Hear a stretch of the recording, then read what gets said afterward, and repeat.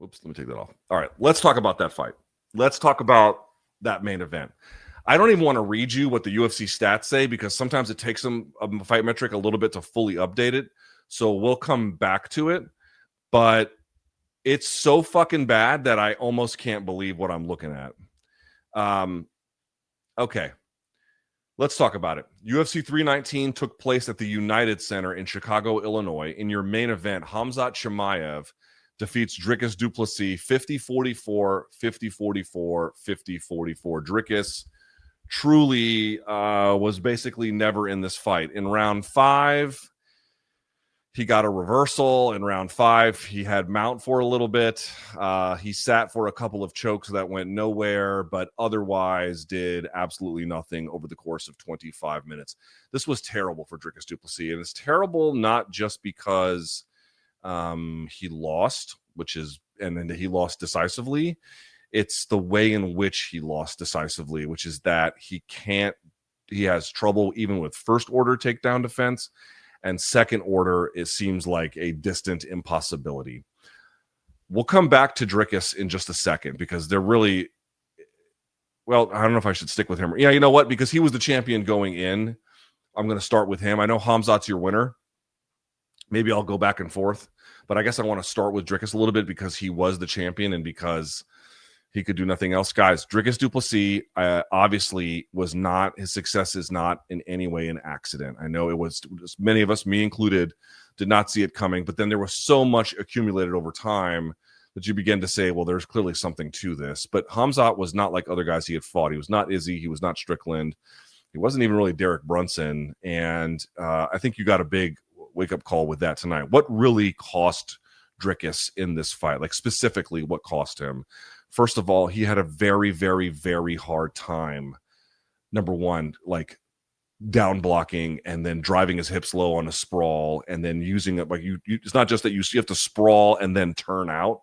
And he would just kind of not get his hips down far enough. And so that he could get collapsed into the fence. And once he got into the fence, he did not have, you can tell, he does not have like, and this makes sense. He didn't grow up this way, but he does not have scrambling wrestling instincts. He cannot go to it very, very quickly. He doesn't have the ability to move his hips and feet as he needs to create angles, to get away, to down block, to sprawl, whatever, all the various things to create, as I mentioned, with the footwork and everything else. Like he looks like he was just moving underwater relative to what Khamzat was doing. And that's partly because I think Khamzat moves more fluidly, but you heard what Dricus said to Joe Rogan in the post-fight interview, which was he knew where I was going to go before I went there. Right.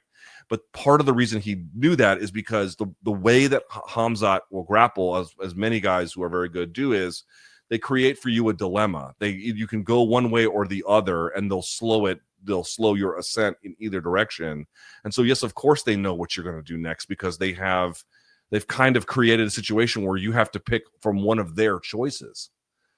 Right, you have to disrupt that. But like the problem that Dricus had was honestly his first order takedown defense was not very strong, and his second order takedown defense was non-existent. And one more time, I talked about this during the entire broadcast earlier on. We did a tape study on my Substack here. It was episode 6 of Fight Day, and what we looked at was Dricus putting his legs high in the air to kind of sit up and do these like big man explosive movements. Guys, I'm not saying that stuff doesn't work on good grapplers ever, but what I am going to tell you is it doesn't work on them very often. And it definitely doesn't work on them very consistently. And if that's all you really have to get up, you do not have a great way of getting up. Dricus is a physical tank, and he's especially good on top. I do think on top, his ground and pound, which we didn't get a chance to see, but his ground and pound on top is dynamite. With that, we also saw that in the tape study on my Substack. We also saw that there. But underneath, he could not get out of the mounted crucifix to save his life. He could hide underneath it. That's true. He could hide. He could hide in the armpit, or he could try and hike Khamzat up where he was almost underneath his ribs and belly. So he could hide from the worst of it, and that kept him alive. It went the distance, but he had no ability to mount any kind of attack. Remember the levels of attack: survive, defend, attack. We were doing survive and defend, mostly survive. Yeah. It's not surprising to me that Khamzat was more the superior grappler and superior wrestler. That is, of course, no surprise whatsoever. But, one of the challenges that JDM had prior to the Bilal fight was he had poor first order takedown defense, but good second order, right? So he would not be good about down blocking, but once you got him down, he would have a few tricks to get back to his feet pretty regularly. And then along the fence would be able to create separation and then restart the clock. Now, that's not the most efficient way, not restart the clock, but like restart his offense. And that's not the most efficient way to go about doing things, but you can do it that way, right? Well, what you saw in the Bilal fight was his first order takedowns defense got better. When Bilal shot, boom, the sprawl, put that thing to bed immediately. Water on top of a campfire, right out. Like, that fire just engulfed DDP tonight. Engulfed. Could not get a sprawl down, could not get a hip down, could not get a hip down and circle, could not get a hip down and high step out of any kind of ankle grab. Couldn't do anything. Now, yes, it is true, and we'll talk about this in a minute. Khamzat's shot, in terms of the technical precision of it, is not necessarily all that great. But what is good is that he can use it to wrap up with you and then move to the body lock, or then push you along the fence, and then he could reconsolidate the position there, right? From there, he's actually very, very good. And you saw a lot of that. But, dude, Dricus du Plessis got fucking audited today. There's just no other way to say it. Audited. When you spend that, dude, that looked like, I don't know how to explain this. I mean,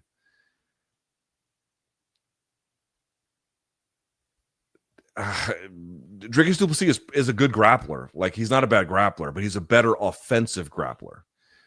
He, against a guy like Chimaev, is a weak defensive grappler. And even against guys like Brunson, he was a somewhat weak defensive grappler as well. But it was especially pronounced today. Now, it sounds like I'm beating up on him like Khamzat is not special. He's special. We'll talk about him in just a second. But I really have to start out by saying, I don't know how many times I've ever seen a person who was trying to make an argument that they were not far away from GOAT status and was an active UFC champion walk into a fight and get that handled. I mean, Jose Aldo lost in 13 seconds, and other fighters have lost in bad fashion. Nate Quarry got destroyed by Anderson Silva. This is all true.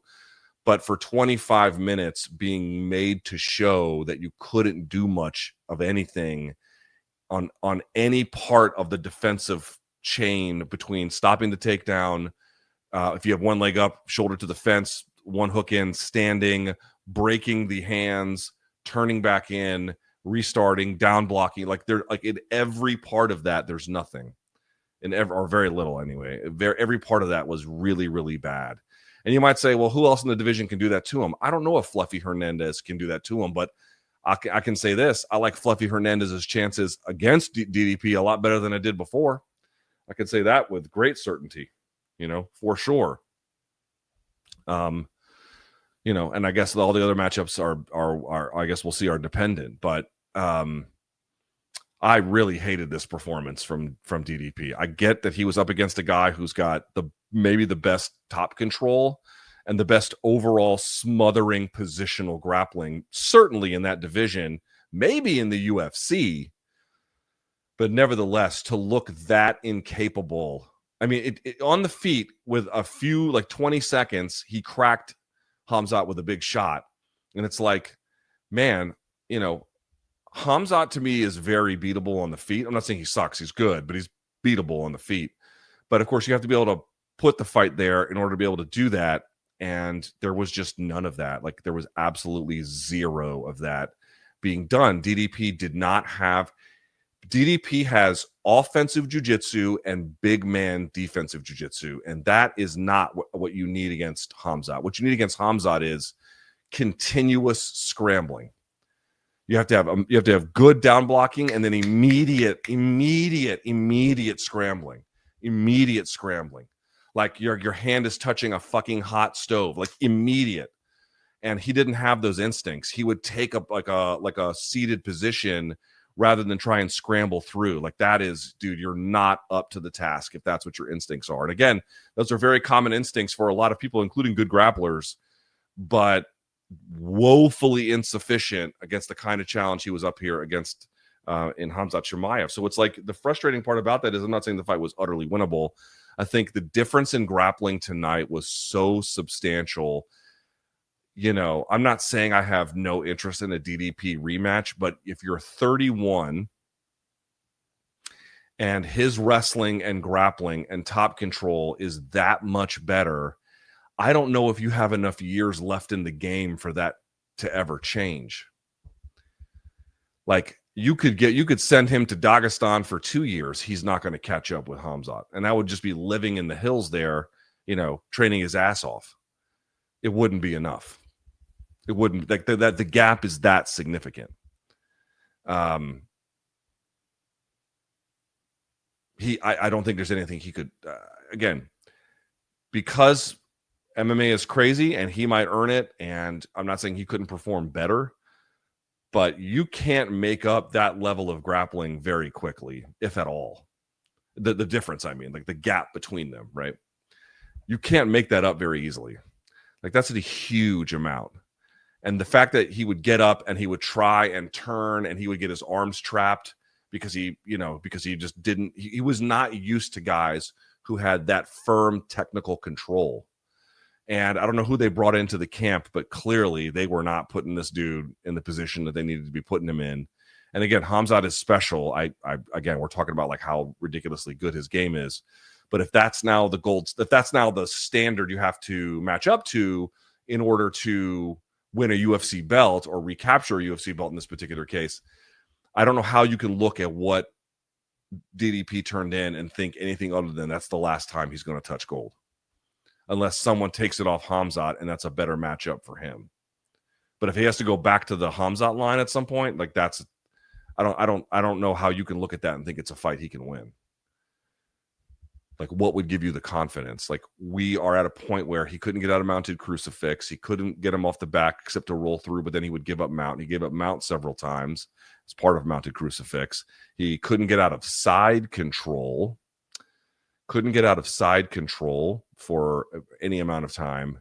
And once he got to the back, he was able to ride high under the armpits, Khamzat was, or around the waist. If he stood up, he would just mat return him. He could go to knee on belly. I mean, he could do from a positional grappling standpoint. From a positional grappling standpoint, there was literally nothing that Khamzat was denied. Nothing. There was no territory he could not conquer positionally. Now, after that's a different story, but positionally, there was nothing left for him to not. There was no stone left unturned. Dude, how do you come back from that? How do you come back from that? Your first order takedown defense can get better, but if he gets past that, he's just going to beat you on the second. Like that's just years of internalized rhythm from wrestling that you have to have. And like Dricus is great as a top grinder. He's not good, like a turtle, right? He's sort of very balanced in this position, but then you turn him over and they can't do a whole lot. That's kind of what I got from Dricus there. Not explosive big man stuff works on lesser middleweights. It doesn't work against guys like this. And we talked about it on this tape study over and over again. Legs to the sky, drive the ankles to the floor, and try and sit up. And you saw him do it a bunch of times, and it just didn't do shit. Man, you're like the skill set just totally inadequate. Totally inadequate. And I didn't know who I was sleeping on heading into this fight, and it was pretty clear that I wasn't exactly sleeping on Khamzat. Khamzat, we'll talk about him right now, but I wasn't exactly sleeping on him. I guess I overestimated, because DDP's offensive grappling is good, I overestimated what that might mean for his defensive grappling. And it turns out his defensive grappling it's real bad. It's real bad. I want to look at these numbers. Okay, yeah, the numbers are a little bit better now for DDP. Thank God. Jesus Christ. Dude, Chimaev got 12 takedowns on him. 12 takedowns. Let's talk about Khamzat Chimaev, shall we? Let's talk about him for a second. Now, I actually have something I'd like to criticize him about, but let's start with the good. First of all, had he not won tonight, he would have easily turned into one of the biggest what-if stories in MMA. He might have had a lot of pressure on his shoulders tonight. He didn't exactly show it, but he might have had some, because this was an existential bout. I mean, I said that going into this bout. The reason why this bout excited me beforehand, in the end, I don't think it really delivered as a bout. But the reason I liked it beforehand and I was so intrigued is because it was an existential bout. Who are you? When we really get to take a look and you really get a look under the hood and you get to look at the numbers, who are you? And it turns out, for me, Khamzat Chimaev, as I indicated, probably has the best positional grappling, at least in terms of maintenance of the position, and to a degree building on it as well, but at a bare minimum maintenance, right? Positional attainment is one skill. Positional maintenance is an entirely separate skill, or at least a mostly separate skill. They're not necessarily related. And in many parts of them, they're not related at all. He's got a lot of both, but the maintenance side is extraordinary. And now that he is managing his cardio better, like in some ways, the DDP fight, I'm almost glad it happened the way that it did. Not that I'm glad it happened the way that it did, but like this is kind of an instructive lesson, which is look at how many things DDP could not solve for. If you have to fight Chimaev, you also have to be able to check that list.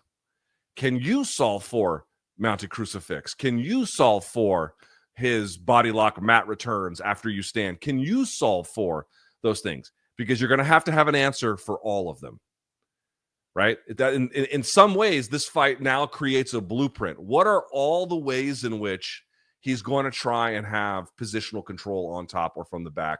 And how is he going to weave them now that he's got this kind of game that's built on making his energy last for 25 minutes, which, again, he did quite well. Now you get a full look at the blueprint, and it is exhaustive. I don't mean exhaustive in the sense that it is tiring. Yes, it is tiring. I mean, it is exhaustive in the sense that it is complete. From side control to passing to the mount, which he's got good instep and knee cut passing. Right, he's got good knee cut passing. From the knee cut passing to the mount itself, from mount to the back, from back to the outside hook, to the broomstick, to the broomstick, to back to side, back to all the positions that get tied in between. You have to have an answer for all of that. His ability to keep those positions and to keep a dominant position through them through long stretches of the bout. He's the best guy in the UFC at that. He's the best guy in the UFC at that. When he's managing his resources, which again, he did very, very well tonight. He's the best at that. And that is clearly a very difficult and important skill to be able to pull off. You can win a fucking title doing that.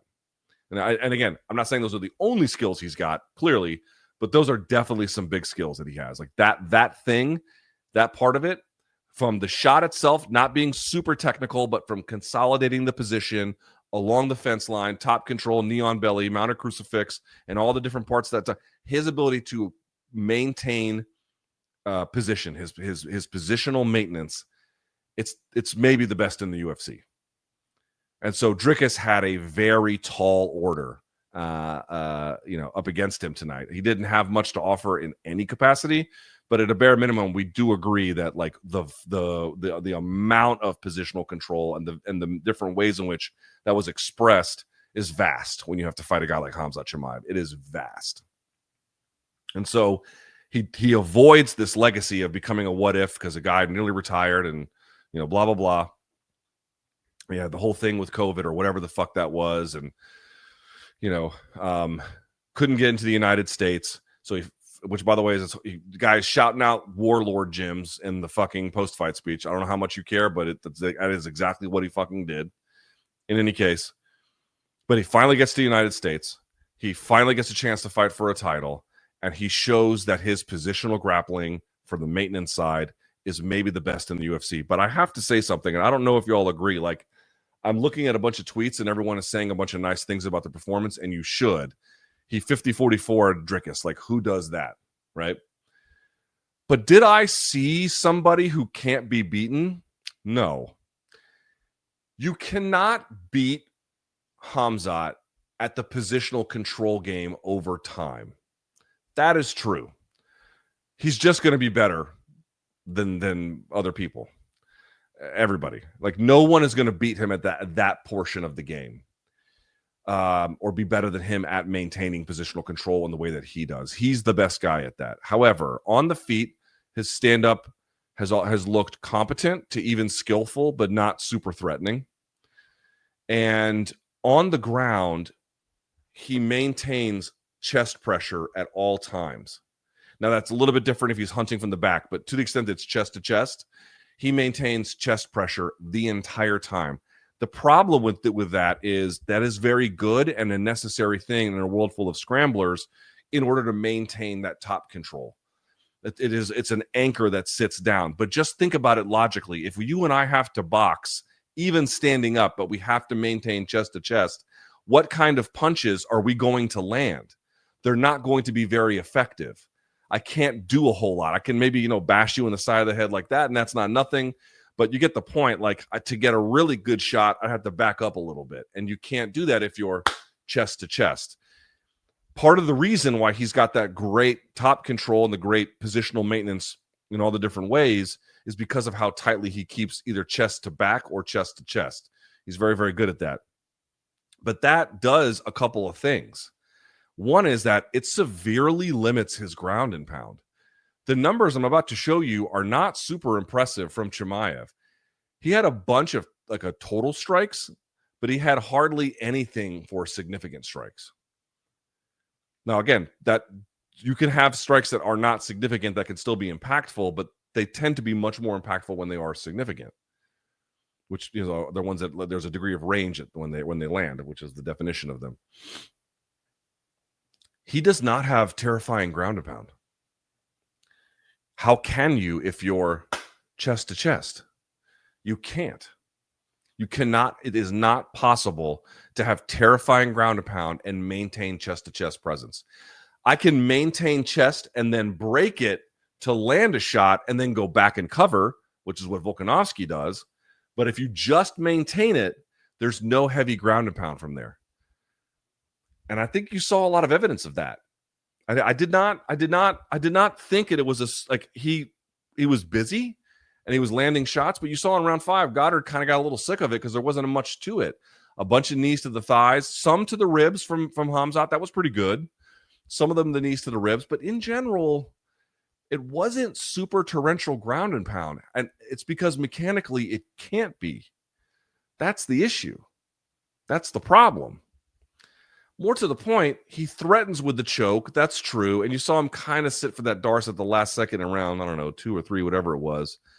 But because he's also so close on the back and or he's worried about these other variables about balance and whatnot, it's not like against the better guys, he's getting a whole lot close to this where it's like a pretty consistent threat, Again, I don't think his choke from the back is bad. I think his choke from the back is good, but it's not lights out. And he doesn't set it. The reason, and part of the reason it's not lights out is because he's not setting it up very much with strikes because he's glued to him. So he's made a choice. He's made a choice about positional maintenance over the ability to have, against a guy like this anyway, meaningful offense, meaningful damaging offense, meaningful offense where you could, he was trying an Americana on Dricus. Like, dude, that's not going to fucking submit him. It's not, that's just not even going to get close. So I got to be honest. Did I see a guy in Chimaev, again, if you don't have the wrestling chops, it's fucking curtains for you, bro. If you don't have the wrestling chops, it's curtains for you. RDR, I don't think, has the wrestling chops. Now, he can be crafty underneath, but I don't know. Fluffy, to me, is an interesting one. Kyle Bahalio's got some jiu-jitsu off of his back and got some other stuff. I know he's trained with some of these guys, but I don't know. I guess we'll see with Imavov. I don't know about him. I don't think he's got better takedown defense than I think DDP does, but even then I'm not sure. And I don't know. I don't know how that would go either. But I would certainly favor Chimaev to be able to get any of those guys down and be able to maintain position for long parts of the round. But are y'all not seeing what I'm seeing against some of the better guys? Like, I know he choked Robert over the jaw, but Robert had that whole messed up situation with like a pre-existing condition. He couldn't get very close with Kamaru, and he didn't get all that close here with Dricus either. He got attempted once. They gave him no. Let me refresh this. But Fight Metric is not crediting Chimaev with any sub attempts. Yeah, they don't credit him with any. That's actually a little surprising because he did go for some. But you see what I mean? It's like, it's not that I'm not impressed with the game. I am impressed with the game. I'm impressed with the game on the terms that it is impressive.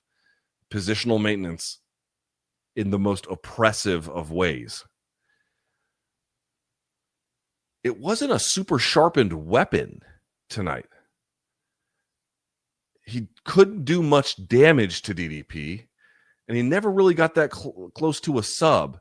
The closest thing that was good were the elbows from mounted crucifix, and he couldn't get those super regularly either, although he got some peppering shots the whole way through. So to me, it's like, it's not that I think I see anyone in that middleweight division who can, beat him bar for bar or position for position. No, I don't think that. But do I think that there might be some guys who at least can stuff it long enough to create some problems for him on the feet and not be as incapable at returning to their feet as he was? Yeah, I do. I do think there's going to be some guys like that at 85. So it's not that I think he's unbeatable. I think my daughter just turned over here. No, I don't. I wish I could tell you I felt differently. Let me show you some of these numbers. See what you think about these. Let me take this off the screen. Let me show you these numbers. Check out these numbers. These numbers for Dricus are a horror show. They're a fucking horror show. Look at this. Hang on.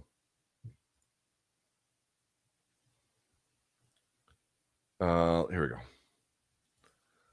Look at this. Hang on. Whoops, right there. Let me blow this up so you can see it. There. Bro. 13. He landed 13 significant strikes in the entire fucking fight. And Chimaev only landed 37 significant strikes. Look at this. 529 of 567 attempted. I've never seen something like that. Not a number that large in aggregate, and not that much of a difference between total strikes and then what landed significantly. That is insane. That is absolutely fucking insane. So much. Look how much volume. I'm not saying it doesn't count at this level, but like, look at this volume relative to this and ask yourself like what that means in terms. This is the point. This is exactly the fucking point I am making about the ground and pound. It's consistently raining, but it's not hailing. There's not thunder and lightning associated with it. It's just drizzling all the time. Okay. I mean, that's not nothing. That's something, but that's like, that's not unbeatable to me. That's not unbeatable to me. Let's go back to some of these numbers here. Go by round. Dude, fucking hell. Look at these numbers for Dricus. This is a horror show, bro. 0 significant strikes in round 1. 0 significant strikes in round 2. 1 in round 3. 2 in round 4. And then in round 5, he opened up a little bit. He gets 1 takedown himself. Look at this. 3 of 6. 254 control time for Chimaev. Chimaev's total control time, look at this. It's a 25-minute bout, and he had basically 22 minutes of control time. That is insane. That is insane. That is an insane level of grappling dominance. 12 of 17 takedowns. He got 1 in the first round and kept it the whole time. He got 2, 3. He only started missing on takedowns in rounds 4 and 5. So there is a drop-off here, if you notice. There is a drop-off. This is the only time he whiffed on takedowns was a little bit late after round 3. I said one of my big hunches was not that there was going to be a big difference after round 1, although there could have been, of course, because you never know. But it was round 3 that I thought was going to be the demarcation line. A lot of times in 5-round fights, that tends to be the switching point, which is why you end up getting these like somewhat controversial scores. Shogun Hu is the same way. John versus Gustafsson 1 is the same way. Everything begins to switch after the third. And you do see a slight drop off in the grappling, and then certainly in round 5, obviously DDP did a little bit better, but that was partly aided by the fact that there was 2 stand-ups in that round, right? Goddard separating them and telling them to get up, and I guess there was one in round 4. I don't even remember at this point, but there's definitely 2 in round 5. So like that's part of the reason why the numbers look that way. It wasn't like Dricus did it to him. Golly, is there any point even looking at some of these fucking strikes numbers? A little bit from Chimaev. Let me see here. No, there ain't shit. Anything interesting? No, there's nothing. The striking is really not that interesting here at all. Here we go. I'll just show you this. Chimaev, 25 of 28 significant ground strikes, 12 of 19 from distance, 6 were to the leg, 3 were to the body, and then 28 to the head. But these are the only significant portions. There's just really nothing here, dude. This shit, it just tells the entire story of the fight right here. This is the line: 37 of 47 significant strikes relative to 567 that were attempted. So it's a lot of busy shots that didn't do much. However, he completely thrashed him in the wrestling, and he controlled him to such a degree that he nearly spent the entirety of the bout in either a top or a control position. That is the fucking story of this fight. That's the story. That's the story of the fight. It is that. I don't know who they're going to give him next. Is it going to be the winner of Imavov and Caio Borralho? I suppose it could be. Is it going to be RDR? I suppose it could be. I would actually like to see RDR versus DDP. That would be the world's most insane middleweight fight. I would kind of be curious to see how that goes. Honestly, if you want to see Khamzat in a competitive fight, and Khamzat, I would still favor him to win it. I think it's the Fluffy Hernandez fight.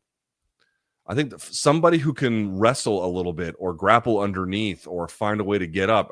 Again, who do you think is going to be best at that? Do you think it's going to be RDR? Do you think it's going to be Fluffy? Fluffy can push a pace later as well.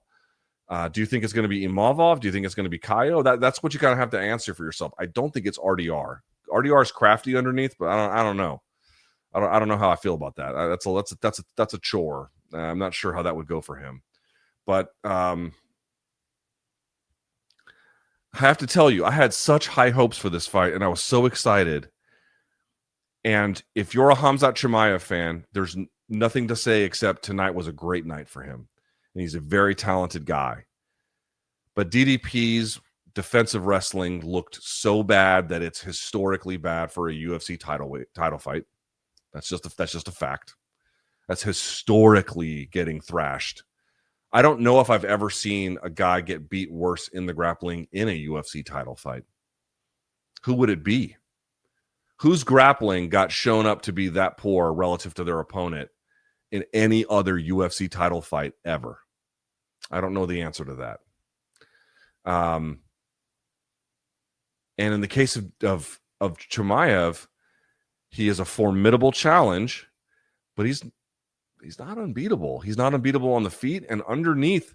Again, like I'm sitting here praising his control and his top control, but if you're always going to maintain chest-to-chest pressure and you're never going to unload on strikes, then of course there's not going to be as much like A, two-way action, and B, that's not that thrilling or interesting to me, to be perfectly honest with you. Like it's cool that he's that good at it. Yes, I recognize that is special, but if he doesn't have the finishing skills for the elite guys, obviously, other guys he can finish, no problem. But for the elite guys, if he doesn't have the finishing skills for it, and all he has to do is, or all he can do is just maintain chest-to-chest pressure or chest-to-back pressure at all times, I don't think that is an unbeatable thing. I really don't. Like someone's going to be able to stop a takedown and cause problems for him. Someone's going to be able to reverse it and cause problems. Someone's going to be able to have second-order takedown defense and cause problems for him. Like you need the ability in MMA at the highest level. You have to have the ability to damage the other guy. You have to have it. Now, of course, Dricus has that. They didn't have the defensive wrestling, so clearly, like the defensive wrestling also has to be there. But there's some other guys that have, I think, a better blend of that relative to the needs of fighting Chimaev. You might see some of that. I guess we'll see. I'm going to be honest. Your mileage may vary. You guys might have liked that. I don't know. I heard the crowd booing a little bit. To me, that was a very lackluster showing for a title fight. It's not that we can't be impressed with certain elements of what Chimaev did, for sure. But I did not walk away with like, that's the boogeyman feeling. I did not walk away with that feeling. I walked away with, he's going to be a tough guy to beat, but he's a meaner St. Pierre at the end, and not even that. St. Pierre had better ground and pound. It's more, I don't know how to explain it. Like this is not a super interesting way for me to see a fight go. My personal opinion. All right.